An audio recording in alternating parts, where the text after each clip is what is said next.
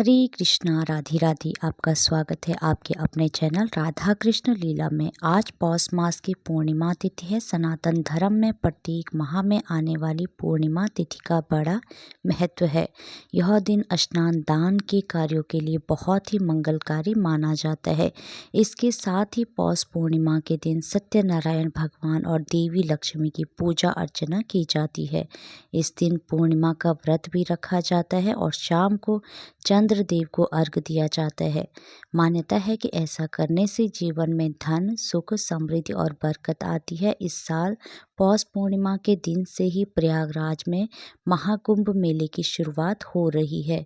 पौष पूर्णिमा के दिन कुछ विशेष कार्यों को करना बेहद ही शुभ होता है। आज मैं आपको सुना रही हूँ पौष पूर्णिमा की बड़ी ही दुर्लभ कथा। इस कथा को पूरा सुनने से भगवान श्री लक्ष्मी नारायण जी अत्यधिक प्रसन्न होते हैं और सभी मनोकामनाएं पूर्ण करते हैं। अब आइए सुनते हैं पूर्णिमा व्रत की पौराणिक कथा, जिससे स्वयं भगवान श्री कृष्ण जी ने मैया यशोदा को सुनाया था, जिसे सुनने मात्र से सभी मनोकामनाएं पूरी होती हैं और घर में सुख समृद्धि बनी रहती है। द्वापर युग में एक समय की बात है कि यशोदा जी ने भगवान श्री कृष्ण से कहा, हे कृष्ण, तुम सारे संसार के उत्पन्न करता पोषक तथा उसके सहार करता हो। आज कोई ऐसा व्रत मुझसे कहो जिसके करने से मृत्यु लोक में स्त्रियों को विधवा होने का भय ना रहे तथा यह व्रत सभी मनुष्यों की मनोकामनाएं पूर्ण करने वाला हो। श्री कृष्ण कहने लगे, माता, तुमने अति सुंदर प्रश्न किया है। मैं तुमसे ऐसे ही व्रत को सविस्तार से कहता हूँ। सौभाग्य की बात प्राप्ति के लिए स्त्रियों को 32 पूर्णमासियों का व्रत करना चाहिए। इस व्रत के करने से स्त्रियों को सौभाग्य संपत्ति मिलती है। यह व्रत अचल सौभाग्य देने वाला एवं भगवान शिव के प्रति मनुष्य मात्र की भक्ति को बढ़ाने वाला है। यशोदा जी कहने लगे, हे कृष्ण, सर्वप्रथम इस व्रत को मृत्युलोक में किसने किया था, इसके विषय में विस्तार पूर्वक मुझसे कहो। श्री कृष्ण जी कहने लगे कि इस भूमंडल पर एक अत्यंत प्रसिद्ध राजा चंद्रहास से पालित अनेक प्रकार के रत्नों से परिपूर्ण कातिका नाम की एक नगरी थी। वहां पर धनेश्वर नाम का एक ब्राह्मण था और उसकी स्त्री अति सुशीला रूपवती थी। दोनों ही उस नगरी में बड़े प्रेम के साथ रहते थे। घर में धन धान्य आदि की कमी नहीं थी। उनको एक बड़ा दुख था कि उनकी कोई संतान नहीं थी। इस दुख से वो अत्यंत दुखी रहते थे। एक समय एक बड़ा तपस्वी योगी उस नगरी में आया। वह योगी उस ब्राह्मण के घर को छोड़कर अन्य सभी घरों में भिक्षा लाकर भोजन किया करता था। रूपवती से वह भिक्षा नहीं लिया करता था। उस योगी ने एक दिन रूपवती से भिक्षा ना लेकर किसी अन्य घर से भिक्षा लेकर गंगा किनारे जाकर भिक्षा अन्न को प्रेम पूर्वक खा रहा था कि धनेश्वर ने योगी का यह सब कार्य किसी प्रकार से देख लिया। अपनी भिक्षा के अनादर से दुखी होकर धनेश्वर योगी से बोला, महात्मन, आप सब घरों से भिक्षा लेते हैं परंतु मेरे घर की भिक्षा कभी नहीं लेते हैं, इसका कारण क्या है?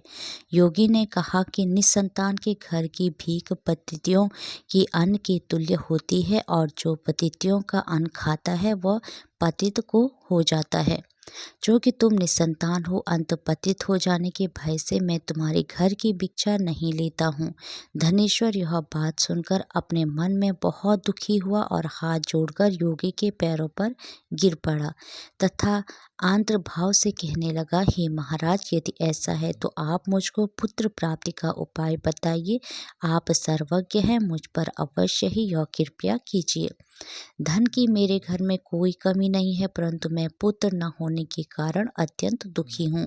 आप मेरे इस दुख का हरण करें, आप समर्थवान हैं। यह सुनकर योगी कहने लगे, हे ब्राह्मण, तुम चंडी की आराधना करो। घर आकर उसने अपनी स्त्री से सब वृत्तांत कहा और स्वयं तप के निमित्त वन में चला गया। वन में जाकर उसने चंडी की उपासना की और उपवास किया। चंडी ने 16वें दिन उसको स्वप्न में दर्शन दिया और कहा, हे धनेश्वर, जा, तेरे पुत्र होगा, परंतु वह 16 वर्ष की आयु में ही मृत्यु को प्राप्त हो जाएगा। यदि तुम दोनों स्त्री पुरुष 32 पूर्णमासियों का व्रत विधि पूर्वक करोगे तो वह दीर्घ आयु होगा। जितनी तुम्हारी सामर्थ्य हो आटे के दिए बनवाकर शिव जी का पूजन करना, परंतु पूर्णमासी को 32 हो जाने चाहिए। प्रातःकाल होने पर इस स्थान के समीप ही तुम्हें एक आम का वृक्ष दिखाई देगा। उस पर तुम चढ़कर एक फल तोड़कर शीघ्र अपने घर चले जाना। अपनी स्त्री से सब वृत्तांत कहना। ऋतु स्नान के पश्चात वह स्वच्छ होकर भगवान शंकर जी का ध्यान करके उस फल को खा लेगी। तब शंकर भगवान की कृपा से उसको गर्व हो जाएगा। जब वह ब्राह्मण प्रातःकाल उठा तो उसने उस स्थान के पास ही एक आम का वृक्ष देखा जिस पर एक अत्यंत सुंदर आम का फल लगा हुआ था। उस ब्राह्मण ने उस आम के वृक्ष पर चढ़कर उस फल को तोड़ने का प्रयत्न किया, परंतु वृक्ष पर कहीं बार प्रयत्न करने पर भी वह न चढ़ पाया। तब तो उस ब्राह्मण को बहुत चिंता हुई और विघ्न विनाशक श्री गणेश जी की वंदना करने लगा। हे दयानिधि, अपने भक्तों के विघ्नों को नाश करने के अनेक मंगल कार्य को करने वाले, दुष्टों का नाश करने वाले, रिद्धि सिद्धि देने वाले, आप मुझ पर कृपया करके इतना बल दे कि मैं अपने मनोरथ को पूर्ण कर सकूं। इस प्रकार गणेश जी की प्रार्थना करने पर उनकी कृपा से धनेश्वर वृक्ष पर चढ़ गया और उसने एक अति सुंदर आम का फल देखा। उसने विचार किया कि जो वरदान से फल मिला था वह यही है और कोई फल दिखाई नहीं देता। उस धनेश्वर ब्राह्मण ने जल्दी से उस फल को तोड़कर अपनी स्त्री को लाकर दिया और उसकी स्त्री ने अपने पति के कथा अनुसार उस फल को खा लिया और वह गर्भवती हो गई। देवी जी की असीम कृपा से उसे एक अत्यंत सुंदर पुत्र उत्पन्न हुआ जिसका नाम उन्होंने देवीदास रखा। माता पिता के हर्ष और शोक के साथ वह बालक शुक्ल पक्ष की चंद्रमा की भांति अपने पिता के घर में बढ़ने लगा। भवानी की कृपा से वह बालक बहुत ही सुंदर, सुशील और विद्या पढ़ने में बहुत ही निपुण हो गया। दुर्गा जी की आज्ञा के अनुसार उसकी माँ ने 32 पूर्णमासी का व्रत रखना आरंभ कर दिया था, जिससे उसका पुत्र बड़ी आयु वाला हो जाए। 16वां वर्ष लगते ही देवीदास के माता पिता को बड़ी चिंता हो गई कि कहीं उनके पुत्र की इस वर्ष मृत्यु न हो जाए। इसलिए उन्होंने अपने मन में विचार किया कि यदि यह दुर्घटना उनके सामने हो गई तो वे कैसे सहन कर सकेंगे। उन्होंने देवीदास के मामा को बुलाया और कहा कि हमारी इच्छा है कि देवीदास 1 वर्ष तक काशी में जाकर विद्या अध्ययन करे और उसको अकेला भी नहीं छोड़ना चाहिए।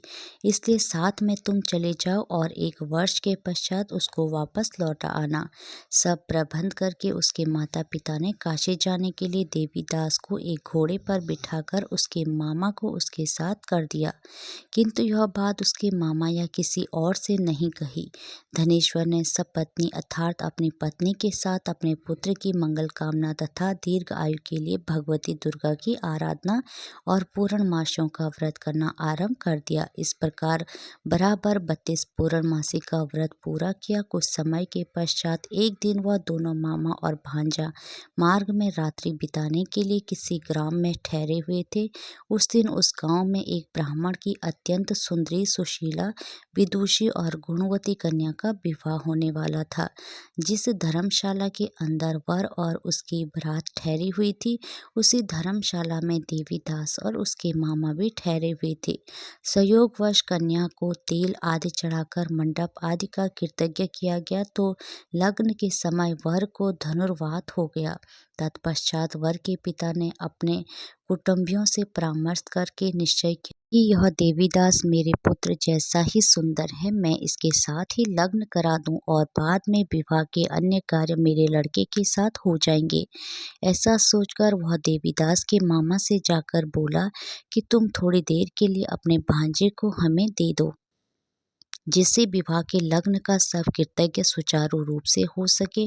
तब उसका मामा कहने लगा कि जो कुछ भी मधुपर्क आदि कन्यादान के समय वर को मिले वह सब हमें दे दिया जाए, तो मेरा भांजा इस बारात का दूल्हा बन जाएगा। यह बात वर के पिता के द्वारा स्वीकार कर लेने पर उसने अपना भांजा वर बनने को भेज दिया और उसके साथ सब विवाह कार्य रात्रि में विधि पूर्वक संपन्न हो गया। पत्नी के साथ वह भोजन न कर सका और अपने मन में सोचने लगा कि ना जाने यह कैसी स्त्री होगी। वह एकांत में इसी सोच में गरम निश्वास छोड़ने लगा तथा उसकी आंखों में आंसू भी आ गए। तब वधू ने पूछा कि क्या बात है, आप इतने उदासीन व दुखी क्यों हो रहे हैं। तब उसने सब बातें जो वर के पिता व उसके मामा में हुई थी उसको बतला दी। तब कन्या कहने लगी कि यह एक ब्रह्म विवाह के विपरीत हो कैसे सकता है। देव, ब्राह्मण और अग्नि के सामने मैंने आपको ही अपना पति बनाया है, इसलिए आप ही मेरे पति हैं। मैं आपकी ही पत्नी रहूंगी, किसी अन्य की कदापि नहीं। तब देवीदास ने कहा, ऐसा मत करिए, क्योंकि मेरी आयु बहुत थोड़ी है। मेरे पश्चात आपकी क्या गति होगी, इन बातों को अच्छी तरह विचार कर लो। परंतु वह दृढ़ विचार वाली थी, बोली कि जो आपकी गति होगी वह मेरी गति होगी। हे स्वामी, आप उठिए और भोजन करिए, आप निश्चित ही भूखे होंगे। इस बात देवीदास और उसकी पत्नी दोनों ने भोजन किया तथा शेष रात्रि वे सोते रहे। प्रातःकाल देवीदास ने अपनी पत्नी को 3 नगों से जड़ी हुई एक अंगूठी दी, एक रुमाल दिया और बोला, हे प्रिय, इसे लो और संकेत समझकर स्थिर चित्त होकर जाओ। मेरा मरण और जीवन जानने के लिए एक पुष्प वाटिका बना लो, उसमें सुगंधित वाली एक नवमल्लिका लगा लो, उसको प्रतिदिन जल से सींचा करो और आनंद के साथ खेलो कूदो तथा उत्सव मनाओ। जिस समय और जिस दिन मेरा प्राण अंत होगा ये फूल सूख जाएंगे और जब ये फिर हरे हो जाए तो जान लेना कि मैं जीवित हूँ। यह बात निश्चित करके समझ लेना, इसमें कोई संशय नहीं है। यह समझाकर वह चला गया। प्रातःकाल होते ही वहां पर गाजे बाजे बजने लगे और जिस समय विवाह के कार्य संपन्न करने के लिए वर तथा सब बाराती मंडप में आए तो कन्या ने वर को भली प्रकार से देखकर अपने पिता से कहा कि यह मेरा पति नहीं है, मेरा पति वही है जिसके साथ रात्रि में मेरा पाणी ग्रहण हुआ था। इसके साथ मेरा विवाह नहीं हुआ है। यदि यह वही है तो बताइए कि मैंने इसको क्या दिया। मधुपर्क और कन्यादान के समय जो मैंने भूषण आदि इन्हें दिए थे उन्हें दिखाइए तथा रात में मैंने क्या गुप्त बातें कही थी वह सब सुनाइए। पिता ने उसके कथा अनुसार वर को बुलवाया। कन्या की यह बातें सुनकर वह कहने लगा कि मैं कुछ नहीं जानता। इसके पश्चात लज्जित होकर वहां से चला गया और सारी बारात भी अपमानित होकर वहां से लौट गई। भगवान श्री कृष्ण बोले, हे माता, इस प्रकार देवीदास काशी विद्या अध्ययन के लिए चला गया। जब कुछ समय बीत गया तो काल से प्रेरित होकर एक सर्प रात्रि के समय उसको डसने के लिए वहां पर आया। उस विषधर के प्रभाव से उसके शयन का स्थान चारों ओर से विष की ज्वाला से विषैला हो गया, परंतु व्रत के प्रभाव से उसको काटने न पाया, क्योंकि पहले ही उसकी माता ने 32 पूर्णिमासी का व्रत कर रखा था। इसके बाद मध्याह्न के समय स्वयं काल वहां पर आया और उसके शरीर से उसके प्राणों को निकालने का प्रयत्न करने लगा, जिससे वह मूर्छित होकर पृथ्वी पर गिर पड़ा। भगवान की कृपा से उसी समय पार्वती जी के साथ भगवान शंकर जी भी वहां पर आ गए।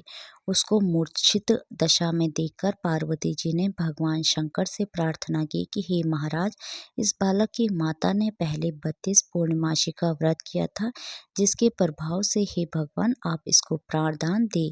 भवानी के कहने पर भक्त वत्सल भगवान शिव जी ने उसको प्राणदान दे दिया। इस व्रत के प्रभाव से काल को भी पीछे हटना पड़ा और देवीदास स्वस्थ होकर बैठ गया। उधर उसकी स्त्री उसके काल की प्रतीक्षा किया करती थी। जब उसने देखा कि उस पुष्प वाटिका में पत्र पुष्प कुछ भी नहीं रहे तो उसको अत्यंत आश्चर्य हुआ और जब वह वैसे ही हरी भरी हो गई तत्पश्चात वह जान गई कि वह जीवित हो गए हैं। यह देखकर वह बहुत प्रसन्न मन से अपने पिता से कहने लगी कि पिताजी, मेरे पति जीवित हैं, आप उनको ढूंढिए। जब 16वां वर्ष व्यतीत हो गया तो देवीदास भी अपने मामा के साथ काशी चल दिया।